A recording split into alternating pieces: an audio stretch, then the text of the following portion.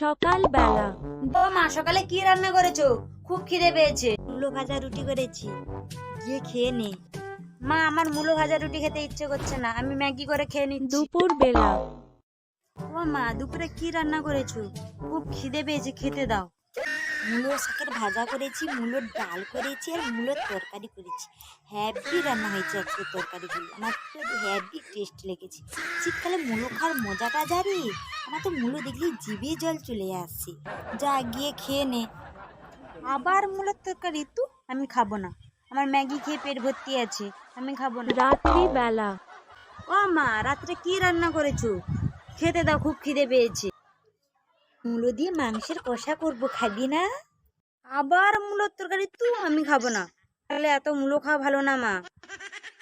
যা, তোকে খেতে হবে না, আমি আর তোর বাবা মিলে খেয়ে নেব। ছলো ছলো নয়নে